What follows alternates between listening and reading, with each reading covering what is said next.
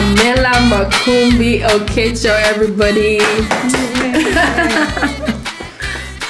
You just shocked me because I thought that this book came out in 2022, but you're saying 2021. 2021. Wow. November. So we're going to be making 2 years this year. Yes. Congratulations. Thank you. Congratulations. Thank you.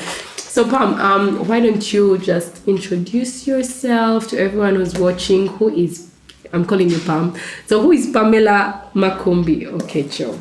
So I'm the firstborn of 6 children. Okay.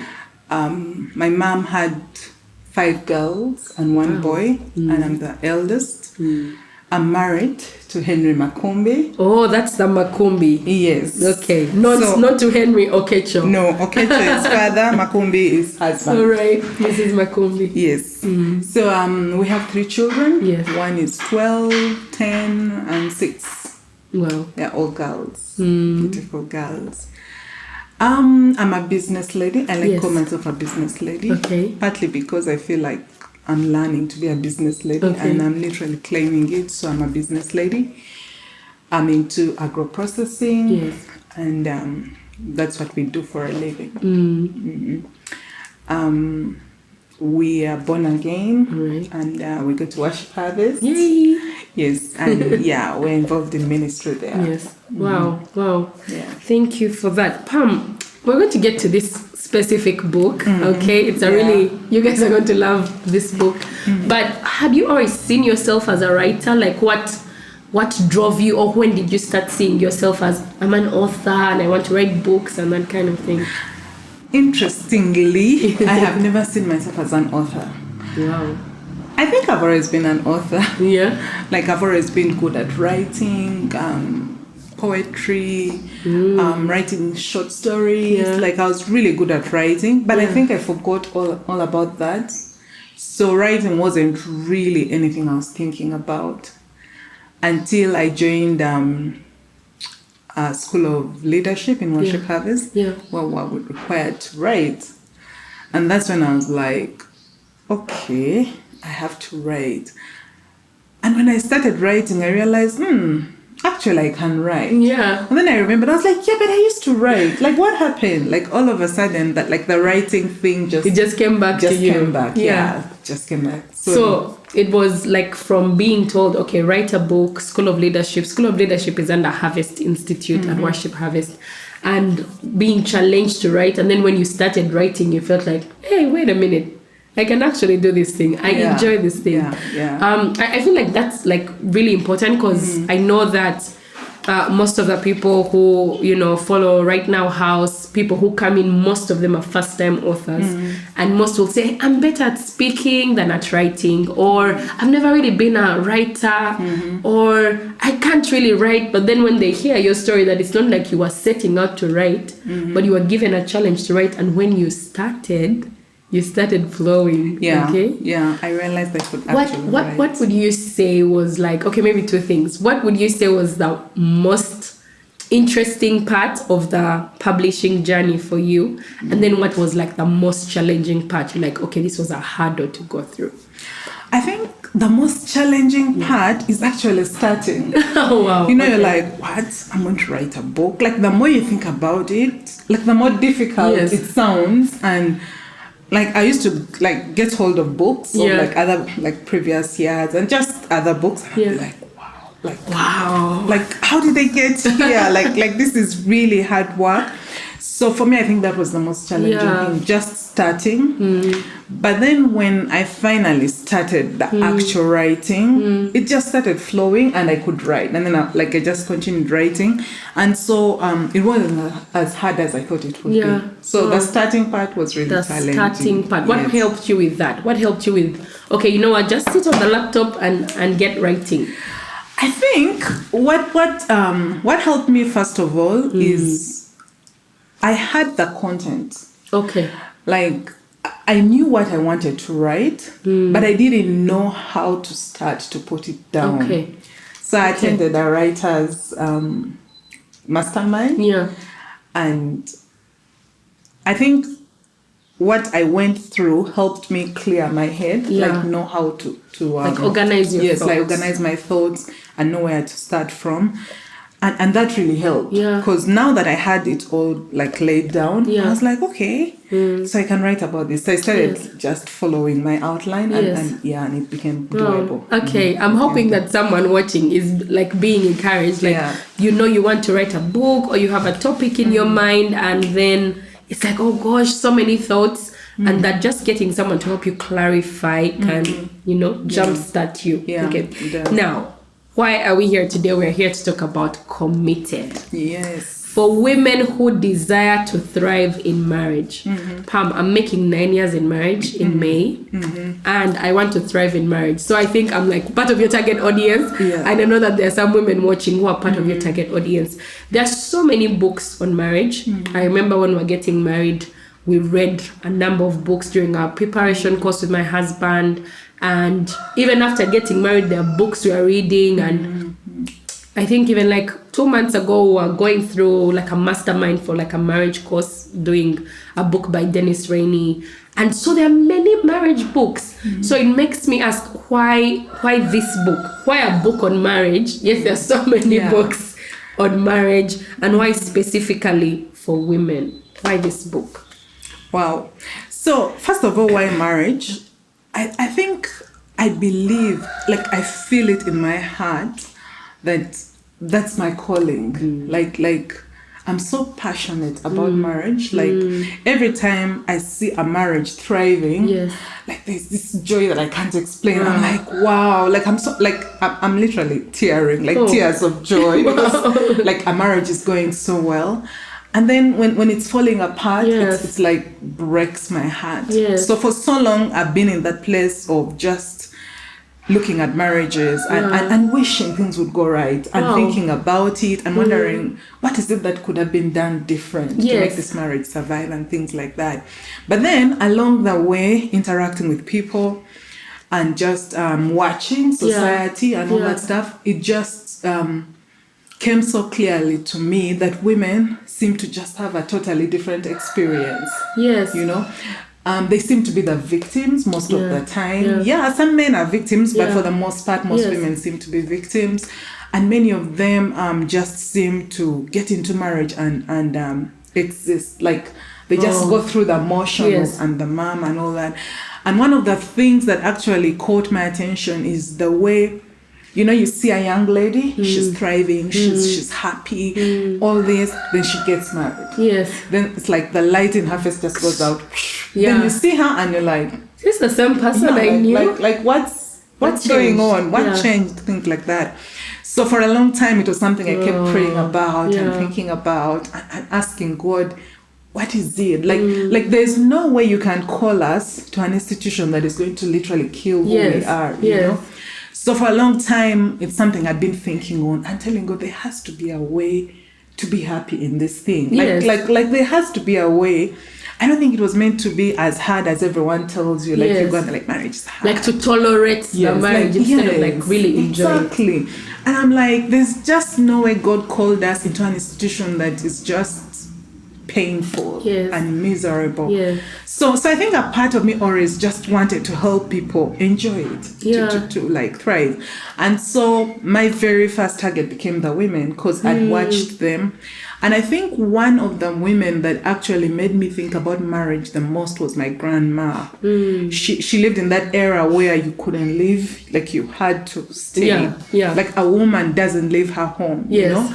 And she was married to a man who was kind of violent and all that stuff. And she stayed. She stayed.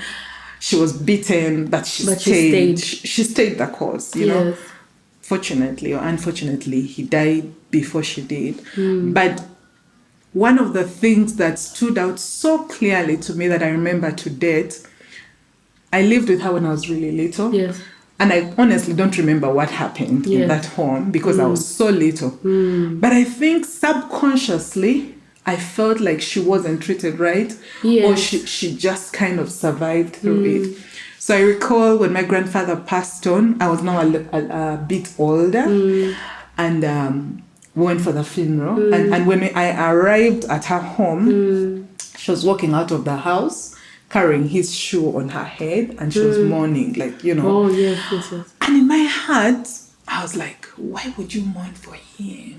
Like, as a child, that's what went through my mind. So I think about it and I was like, maybe as a child, I just knew she wasn't happy. Like, he treated her so badly and all that stuff. And I think that stayed with me for really long. So even when I came and people would say those things of marriage is hard, I'm like, yeah, I think I've seen that, you know. Marriages, I don't know this. I'm like, yeah, I've seen that. But then being a child of God and knowing that this is like God's idea, I'm like, but surely why would God design it this way? Why would God do this? Yeah. So I think that's why I picked interest in like reading about marriage. Yes. Just spending time praying about marriages, and I developed that really came in strong interest. So when I decided to write a book, I just wanted, the picture in my mind was, I have this lady sitting in front of me and I want to tell her how, you know, it doesn't have to be hard. Yes. You don't have to tolerate. You can actually enjoy it. You can thrive. You can thrive, yes. Oh, Pam, I tell you the truth, I got goosebumps. I got goosebumps because when you first said, I've always like wanted to see people happy in their marriages, and I don't want them to, you know, just be okay. I was going to ask you, what's the root of that? Because I mean, I also want to see people happy, but when you were talking about it, it's like right deep in there, and I was like, where does that come from? And so you sharing that story from, you know, as young as 2 years old, seeing that and all that stuff being in your subconscious. And I feel like our first experience of marriage, because now we're talking about marriage, committed, our first experience sort of like forms our thoughts, and for now some other person who would have experienced what you did with your grandmom, even though just in your subconscious, would have been like, okay, now I have to, like, I should never get married because marriage is so terrible. But because you also had this other paradigm, you had this other worldview, the biblical worldview that marriage was actually orchestrated by God, you decided to search and find it must be good. It means we're just doing it wrong, but it must be a good thing. And so you're saying that that's what drove you to write this book. The objective is to help, you know, someone like me, a married woman or a woman who's going to get married, to be able to be happy. I think this is a good book. I like it. I like it to be able to thrive, and I really do like the picture. I think we'll be able to like just show the cover, but the lady's face, it's like she's not newly married. You see, like when you look at the face, it's like she's experienced some stuff and she's gone through it. I don't know, that's what it communicates to me. It's like she didn't look 20. She looks like, I got married, I went through some stuff, but look at me, I'm smiling. Could you talk to us just a bit about that? About you know, most of the time you get married, your first chapter, Pam. It's your first chapter. Let's go there. Your first chapter says, after moonlight and roses come daylight and dishes. Okay? I read a quote once. It said, everyone wants to be a hero, but no one wants to do the dishes. I don't want to do the dishes. So after moonlight and roses come daylight and dishes. When you're thinking about getting married, for some people, you're like, oh, it's going to be perfect. What? La la la la. Sunsets, horses, flowing hair. But then, you know, it's not like that. Yes. So can you just talk to us about that? Like, should that just keep people from, it's not perfect, so I shouldn't get married? Or is it okay for it's not perfect? And then, you know, how do you deal with all that? I don't know. Just a bit about the fantasy and all that stuff. You know how we watch movies and people get married, and oh my God, the happy ever after just looks like a story. I know, I've watched like 5 different versions. Yeah, I know. So it gets you like fantasizing about this marriage thing. Yes. But the thing about marriage is that it's actually life. It's doing life, and that's why it's life. I'm a counselor. I did a course in counseling, family counseling. Yeah. But one of the things that I find strange is that people, when they're having problems, they're like, I want to see a counselor. And I'm like, you see, marriage is not about just seeing a counselor. Because you see, when people have marital problems, it's never something that started yesterday. It's like been a journey of stuff, and finally you're going to a counselor and you think you're going to talk and be fine and everything's going to be okay. And I'm like, no, marriage is life. It's like it's like a different set of life. Like, you've been single, you've done your things your own way, you've done whatever you want and all that stuff. When you get married, it's like now you've changed, like you've turned over to another life, another kind of life. It's going to call for sacrifice. Yes. You're going to have to learn so many things and learn so many things. Wow. You know, like learn tolerance. Like, there's so much to learn. That's so sobering. So it's just going with that thing of, okay, I've been single, I've done everything, now I'm married. It's different. It's different. It's a different life. It's not better or worse. It's different. It's different. It's just different. So now what do I have to do to survive in this other place or to enjoy this other space? I can't start reminiscing over what I used to do. I'm like, oh my God. When my friends wanted me to go out, I would just get up, like, why? You know what I mean? So go Why out. is that the common example? It's like, oh, my friends. It's like, No, I was telling someone that when I was single, my friends would give me a call and they're like, let's go for pork. And I'm like, yes. Yeah, let's. 5 minutes. I'm outside. But now you call me and you're like, let's go for coffee. And I'm like, when? I think I'm next available in June. Yes. Oh, wait, June, I have this. yes. And I'm like, now, you know, like, I'm more organized now. Like, I have to think about other people. I have to think about my children. I have to think about my husband. Yes, I have responsibilities. And that's what marriage brings. It brings responsibilities. Wow. There's a book I've been reading and it says that single people, okay, let me say it this way. Churches love to work with married people. Yes. And for most churches to be a part of the ministry, they want you to be married. Yes. And this lady was like, why? And she's like, because married people have a sense of loyalty, a sense of commitment, a sense of responsibility. Yes. Single people are so undependable. Like, they wake up and do what they want and all that stuff. So it's not like they have anything against single people. They're just saying that, you guys, you're undependable. Yeah. And I think being someone who spends time with singles as well, because I have a mentorship group for girls who are single. Yes. I experienced that a lot. Like I said, we're going to do this, and everyone is like, yeah, we'll be there. I'm like, sorry, I can't make it. I'm sorry, I can't make it, and things like that. There's so, lots of things are happening. But marriage kind of helps you to sober up. Marriage sort of like disciplines you and grows you and makes you more responsible and more mature to a certain extent if you let it. Yeah, and also, if you let it. And also helps you think about others. Yes. Now you have a whole like community, you have your husband, you have your kids, you have their family, you have your kids' friends. Like there's so much to consider, And I think that might be the real reason why God wanted us to get married. Because then there's another book I read where the guy said that if you want to serve God, please stay single, because then you'll have all the time to serve him. And he gives an example of Paul. Paul was single, so he could do anything. He could go to Greece and I don't know what and build churches. But he gave an example of Peter. And he's like, Peter is like the rock. Like he should have written all the books. But guess what? He had family. Like he had things to do. But he says that marriage helps us be like Christ. Because in marriage, you learn to serve. You learn to sacrifice. Put others before yourself. You put others before yourself and all that. So I think part of the reason, apart from, of course, demonstrating his love for the church, it's also a place where we actually learn to grow and learn to be more Christ-like. Because, man, you have to learn to forgive. You have to learn to forgive 70 times a day, you know? But you cannot do that outside. Outside, when people annoy you, you're like, out. I'm out. Yeah. Like I don't have to be with you. Yes. But here, you are annoyed with me, but we're married. We're here for life. Yes. There's a chapter here which I don't know, girl. Chapter 10 says tend to your heart. Okay. Now it looks like I think I'm much like this chapter. It has to do with my heart. What? So when I go there, and that's on page 97, I find an interesting. So it starts on page 97, talking about tend to your heart, and then you start listing some of the ways of keeping one's heart healthy. Are the following, and then number 1, Pam, you say settle it in your heart that a man cannot complete you.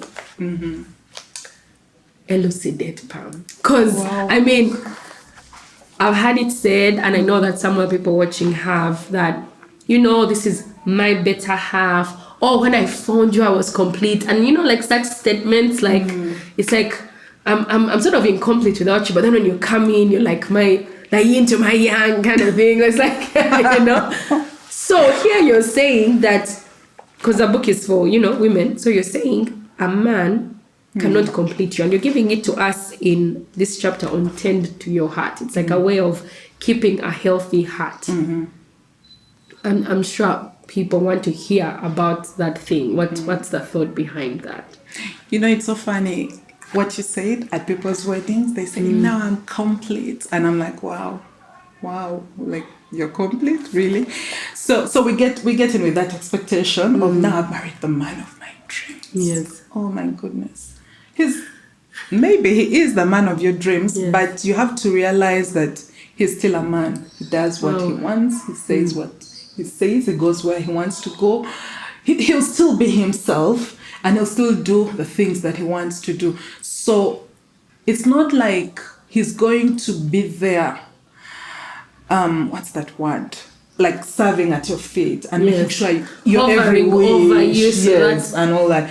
No, and actually, when you expect that of him, it's foolishness, because it's only God that completes us. You're breaking hearts. Please go gentle on us. It's only God that can complete us, because God created us. Like He knows us. He knows our deepest needs. Like He can meet us at that point.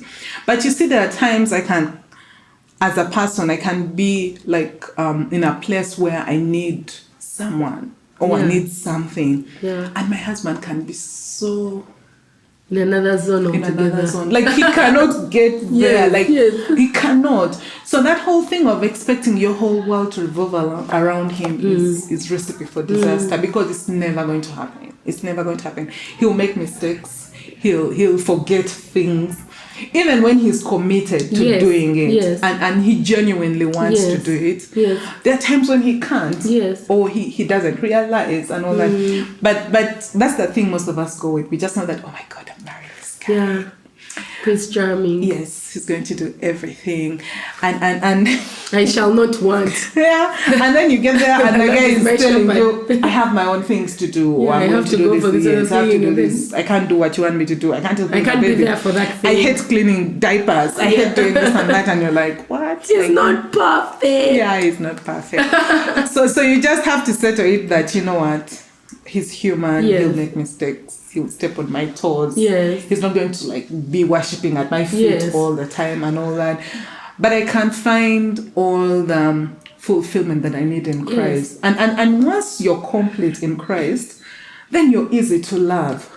Okay. You know that when someone is around you and they're so desperate for you to love them, it's irritating. Like you're that needy feeling is so repulsive. Like you can't love such a person.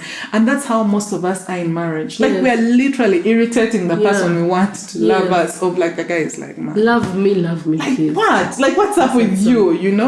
But when someone is complete and they're happy and they're finding their joy in Christ, it's so easy to love them. So many things are coming to my mind even as you say all those things. The first thing that comes to my mind, there's someone in my life, like an important person when I was younger, like a father figure, and they did something to disappoint me. And at that time I was born again, so I could at least hear God to an extent. And I remember him saying, the reason you're disappointed is because you put all your trust in this person, forgetting they are a person. Yes. So that's why you're disappointed. That's like you put them on this pedestal, expecting them to you're the hero of my life. And then when they go below that, then you're offended, they are not perfect and all that stuff. And yet if you, as you have said, get your completeness and your security and your wholeness in God, and then you're able to not put all that burden on a human being who cannot really touch parts of your soul that God can touch. The other thing is that when you're always expecting someone to give and you become that person, you become that leech, it's like you're yes. and if you're not getting all this, love and affirmation from God, then it's like you have nothing to give. Yes. So you're in the marriage to get love, like love me, make me feel complete, affirm me, instead of getting from God and giving. And I think someone said that marriage is not a give-take relationship, but a give-give. We're both getting from God and then we're giving. We're getting from God and then we're giving. This book you must get. It's Committed by Pamela Makumbi. Okay, so for women who desire to thrive in marriage. Pam, we're about to close, but I've been having some conversations with some women, and one of the things, sometimes a woman says a marriage book and they won't even pick it up because they're at that point where I may have already given up on that man. We're all just living our lives. Like, I'm just here for the kids. Like, they feel like, I'm done. I don't know what can you say to such a person, and to like just encourage them with the state I'm talking about, where I don't even want to be encouraged. I experienced that with one of somebody close to me. Yeah. So she comes to visit, and my mom tells her, "Oh, Pam wrote a book about marriage. It's really good. Like it." No, she said Pam wrote a book. So she's like, "Oh, you wrote a book? That's good. Wow." So she's excited. Yeah. So she's like, "Let me see the book." So I get the book. So she give it to her, and she's like, "Marriage," like she just kind of dropped the book on the table. And she's like, give that to those other people who want to dream. Like, she just had this thing of, I've had enough. Yes. I've had enough. But it's so interesting that one of the things I've learned about that keeps marriage alive is just our relationship with God. And I think one of the things we have to realize from the word go is, how God has loved us and He has forgiven us, even when we are not, like we are not worthy of forgiveness. And if we go with that heart in the marriage of, I've been forgiven much, I can extend grace to my spouse. Like, he is not perfect, he is not perfect. So many women have been hurt. Many women have been hurt. Many men have been hurt also, but let me just talk about the women. Many women have been hurt. And I think the difference between me, who knows Christ, and someone who doesn't know Christ, is the ability for me to actually realize that he who has been forgiven much should be more willing to forgive. And just that ability to extend grace, because it's only with forgiveness that we're able to experience love and joy. And I feel like the devil uses unforgiveness a lot. And you find women telling each other, you have every right to be angry. You have every right to be hurt. Like, man, indulge in your pain. You have the right to be feeling pain. And I'm like, wow. Your pain is justified. I know. Feel your emotions. Exactly. And the more you hold on to that, the more you actually, it's like, you give it, like you allow it to take root. It's like you give it permission to take over your life and all that. And I meet so many women who've been cheated on, and they feel like that is the highest level of betrayal. And trust me, when I just got married, I believed the same. I always told people, my friends would laugh at me at this point. I always told them that when a man cheats on you, he has broken the very essence of marriage. Like, it's supposed to be between two people. You've brought somebody else. It's over. Like, it's over. No debate, no negotiation. And I used to say that even God understood. That's why the Bible says, if you put out your life except for others. Like, I just justified that. But I, like, over the years, like, I've grown up. And I'm like, people make mistakes. And I'm not justifying anything. I'm just saying that for as long as a person is alive and they are still human, they'll make mistakes. It may be cheating, it may not be cheating, it may be lying, it may be whatever. But as a child of God who's being forgiven every day, I need to forgive. But also, the moment you forgive, it's like you take away the devil's weapon to cause you pain and all that stuff. So the women who have been betrayed, and they feel like they have every right to be angry because they've really, really been betrayed. I mean, it's a lie from the devil, and they want to hold on to their pain. It's almost like you're in jail and you have the key in your pocket and you just like, want to remove exactly. Because I've seen people who have chosen to let go painfully. Yes. But the moment you let go, your healing starts. The moment you say, you know what, God, I've been hurt much, but it's okay. Like, I will let go. That's when the healing starts. But for some reason, we just feel like, no, I'm going to hold on. no, I have to hold on. Like, he doesn't deserve, all that stuff. I actually told one of the ladies I was talking to once whose husband cheated on her, and she was so broken. She was so broken that she didn't know how to move on, and they were both Christian. And so she tried to forgive him, but she said every time they had a conversation, it ended up with her cheating. If he as much as asked for a comb, it ended up he cheated on me. So there was so much pain of all they did was quarrel about the cheating. So she came to see me, and I was telling her, I want to ask you just one question. Do you still want this marriage or not? That's an important question. That's what you have to ask yourself. Yes. If you don't want the marriage, then it's okay. Yes. Say, man, we failed. Yes. Like, let's just keep with our pain and move on. And she's like, I really want to be in this marriage, but I can't. Like, I can't. I'm so angry and all that. And I'm like, you have to learn to forgive. And she's like, I always forgive, but it comes up. Like, I tell him I've forgiven you, and I still do it. And I was like, you know what? Because you've not really forgiven him. You just, like, the anger is just too much. But if you get to that point, why are you willing to actually let go and say, you know what, God, this, I can't deal with this. I'm willing to forgive. Like, I'm willing to let go. The moment you get to that point, then the healing starts. Then you are able to actually start making steps towards the healing. The moment you decide that you let go. And I was like, and forgiving is not that he deserves it or that he's a good person or whatever. He doesn't. Probably he doesn't. He's probably a bad man or whatever. But that's what God has commanded us. And it's also for yourself. It's for you as well. It's for you. You're releasing yourself. And someone once told me that one of the most selfish things is to be forgiving. Because then every time you forgive, you benefit more from forgiving than them.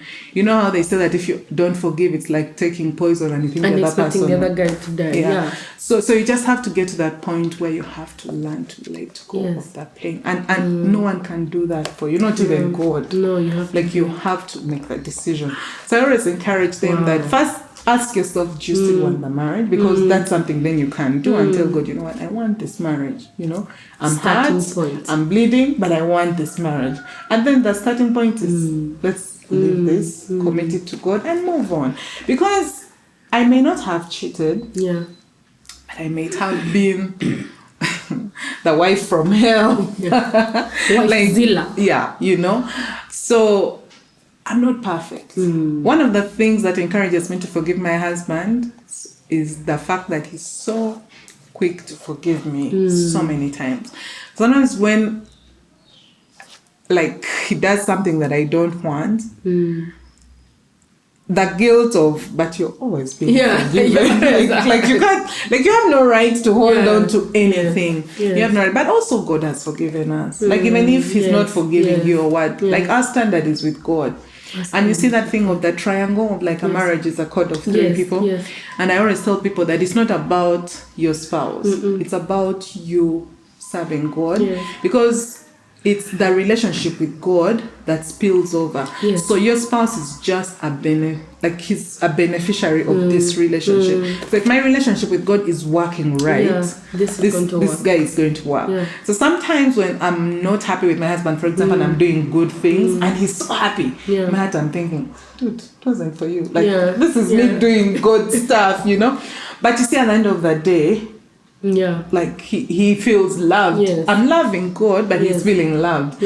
I'm serving God and he's feeling loved. You see what I mean? I see. So before you know it, he's also trying to, someone say love is irresistible. If someone is loving you unconditionally, you can't resist.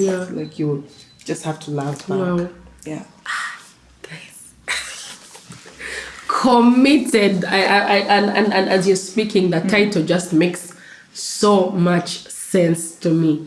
Committed. So if you have any questions for Pam, post them. I think we'll be having Pam come back and answer some questions. But then Pam, I was also thinking that, someone could be watching and maybe they want you to come and speak to like a group of married women or people who are preparing to get married, just from the stuff that you've shared. Is that like a possibility? Can someone be able to get in touch with you and you come share, some of the stuff from this book? Yeah. I already have spaces where we share stuff from the book and other stuff discipleship spaces where we like I said, marriage is life. Yes. So I have a group where we actually do life with married women. We just come together, we share our challenges, we share our solutions, we share from the Word of God and remind ourselves that, what? God loves us, who are we in Christ and all that stuff. And that's one of the things I just want to encourage people is that marriage is community. Yeah. It's community. You can't do it alone.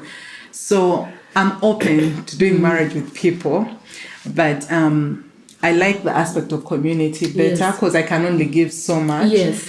And I've learned a lot. I've learned a lot. When I brought these women together, my ideas, oh my God, I want to teach them what I know and all that stuff. But over time, I'm like, wow, I have learned. I'm a better wife just by hanging around people and hearing their experiences and things like that. So we are open to that. I'm open to that as a person, but also I would encourage people to just find people that like-minded people and work with them. Okay. People you can listen to, people can help you grow. In the same spaces. Yeah, in the same spaces. Maybe in the same local church. Yes. Maybe, you find out like you're all moms of 3-year-olds, taking them to daycare, and then you can connect and do and life together and decide we're going to be committed regardless of what's happening in the world. We're going to be committed. And you could get this for like your book club or like wives club or whatever you want to call it, and just go over, do a chapter a week. Yes. Like from the chapters. Some things are hard. You might throw the book at some point and be like, stop it, Pam. Yeah. But it's going to do you good. Thank you so much, Pam. Thank you for sharing these things. And most of them are like hard truths. Because I don't want to hear you talking to me about I'm going to be doing dishes instead of getting roses every day. But it's a good truth to know. Yes. And it's sobering because as you've said and as you've kept on saying, marriage is life. And so thank you so much for being so honest with the book and not like just writing a fairy tale, but writing practical things that we can do because we want to have thriving marriages. Okay, so thank you so much for tuning in. Any parting shots from you before we say bye-bye to these lovely people? My parting shots. There's something that just came to my mind recently. Yeah. And I know guys will want to kill me for this, but let me say it anyway because I have the mic. Guys, I just feel like God never intended marriage to be anything other than permanent. Wow. Like when he said, when they tell us that till death do us part, like that is it. Like that is what that's the only thing that is supposed to do us part. Yeah. So I just want to encourage people that when you get into marriage, just go in knowing this is it. No plan B, no way out, no I don't know what. Just that that information or the knowledge of that changes the way you look at it. Yes. But also, I think God put laws in place because He loves us so much. He loves us so much that He knows that once you have been in a marriage and you get out, you're never the same. Yeah. Like it doesn't matter how bad the marriage was and you get a good partner, it's never going to be, the same. So I just want to encourage us that when you're married, you are married. When you're married, you are married. No, don't think of plan B, no mistakes, nothing. I had was it Steve Harvey or somebody was being asked that how do you know you've married the right person? Yes. And he said, look at your marriage certificate. Yes. The name on that certificate is the right person. So I guess once you've married the person, that's the right person. That's the right person. Yeah. Now there's no more about it's done. It's done. and God wants you to stay there and stay the course and learn and do whatever it and takes. grow and mature and become all those amazing things. Thank you so much, Pam, for such a great time together. We'll be seeing you guys soon. Bye bye.